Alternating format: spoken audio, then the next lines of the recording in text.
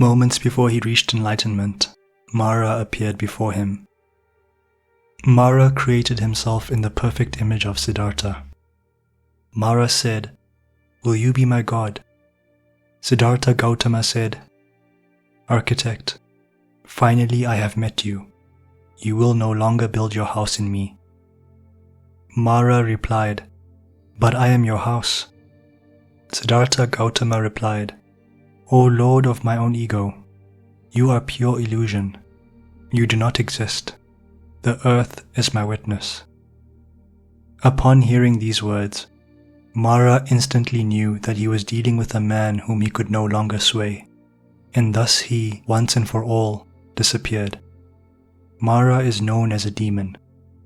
In my evaluation of Mara, I will say that Mara is the mind, and there is one particular thing against which the mind is helpless.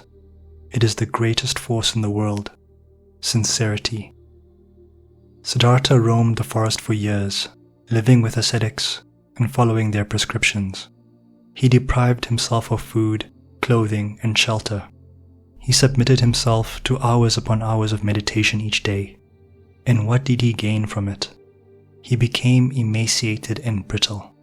He was no closer to enlightenment than were the ascetics whose prescriptions he followed. When all prescriptions failed, when all methods lead nowhere, he resigned himself to a place from which success has no choice but to come: the place of do or die. Until do or die is reached, nothing really happens. He said, "I will sit under this tree, in this one spot. My skin may wither, my bones may break, but I will not rise from this place until I reach enlightenment." In any aspect of life, nothing of any substance ever happens to a man unless he reaches this do or die place. Siddhartha Gautama did not know how he was going to get enlightenment. Isn't it fascinating that all of his failures in getting to enlightenment occurred while he was following hows?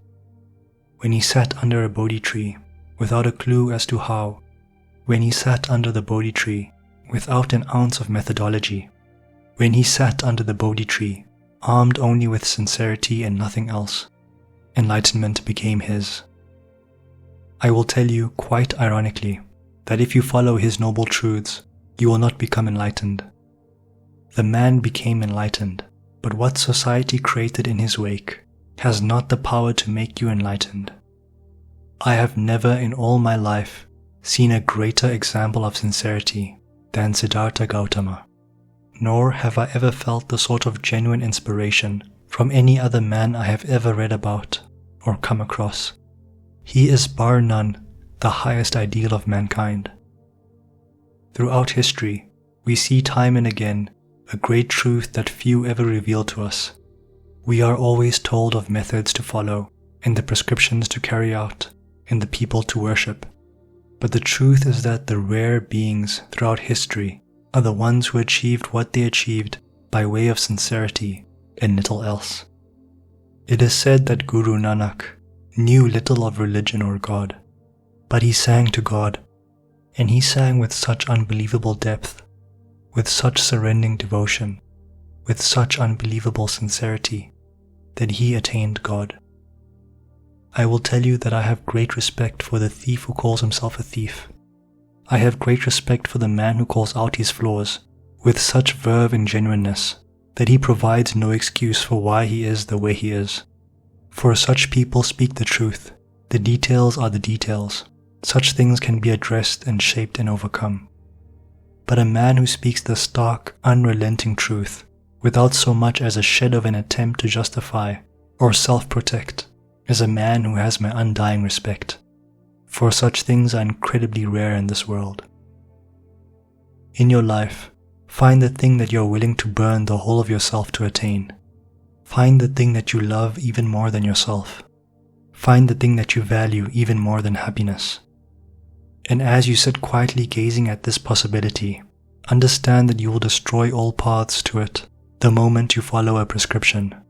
For if you do, you too will become emaciated and brittle. If Siddhartha Gautama is unique, it is not because he had a talent or a power that others do not. He is unique because his level of sincerity for enlightenment surpassed all others. The things of the world will not give you what you seek. That experiment fails 1,000 times a day, all across the world. Nor do you have to give away the things of the world, for that too is a prescription. Siddhartha Gautama's story is the greatest story that has ever been told. But the truth is that it is every man's story, for it is the real and true possibility of man. The thing about which a man is sincere, he attains, and the thing about which he is not sincere, he looks for prescriptions. What else are you going to do with your life? Why else are you here? That one thing is what you look for in every single thing that you do. You search for it in your profession. You look for it under the rug. You look for it through the driver's side window. You search for it on the beach. And if you are truthful, you will admit that you have not found it in any of these places. When a man becomes sincere, he becomes fierce. When a man becomes sincere, he becomes uncompromising. His eyes assume a slightly different shape, and once they do, they begin to see things that they otherwise would not detect. In a word, he becomes superhuman. And perhaps superhuman is the greatest humanity of all.